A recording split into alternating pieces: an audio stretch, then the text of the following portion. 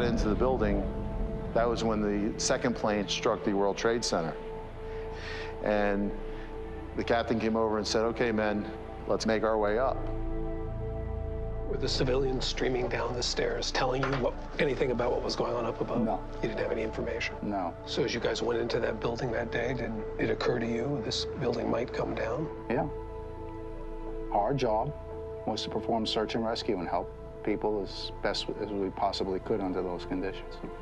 So what made you finally stop climbing the stairs? Was it meeting Josephine? Was it something else? No, we, periodically I would do a head check to make sure I had 5 firemen from ladder 6 behind me.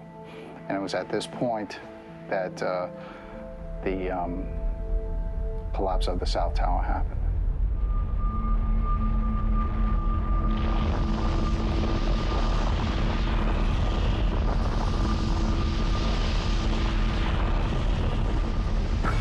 In my mind, this was the scariest part of the day. Prior to this day, a high-rise building had never collapsed. And now the sister building to the one I was in and got hit after my building had just collapsed. So you had to make a decision about what next? Was that totally on you? Well, I looked at my guys and I said, all right, guys, if that one can go, this one can go. It's time for us to get out of here. So we start making our way down the stairs. And then you came upon a civilian who couldn't go down on her own. Yeah, right around the 20th floor, we saw a woman standing in the stairway. And her name was Josephine Harris, and she was just standing there, she was crying. We stopped, and one of my firemen, Tommy Falco, turned around and looked at me. He says, hey, Cap, what do you want to do with her? I looked at her, I says, well, we can't leave her. I told Billy Butler to give the other guys your tools. And he goes, put her arm around your shoulder and let's go. I ended up going with ladder 6. I don't know where we at, but I'm tired. And it's like they were dragging me.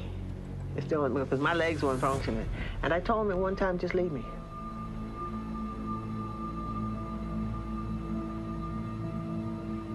Every fiber in my being was screaming, get out of this building. Get out now.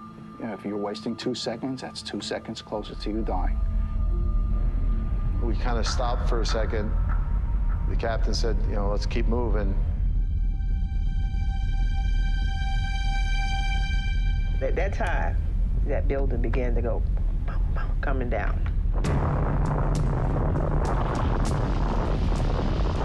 Some of the guys will probably tell you that they said that they could see the concrete rippling. I remember putting my head into the corner and waiting to die. The wind was coming down and almost blowing my helmet off my head. And you know, there's debris coming in on top of us. It was around 19 seconds that it took to come down. As quick as it started, it was over.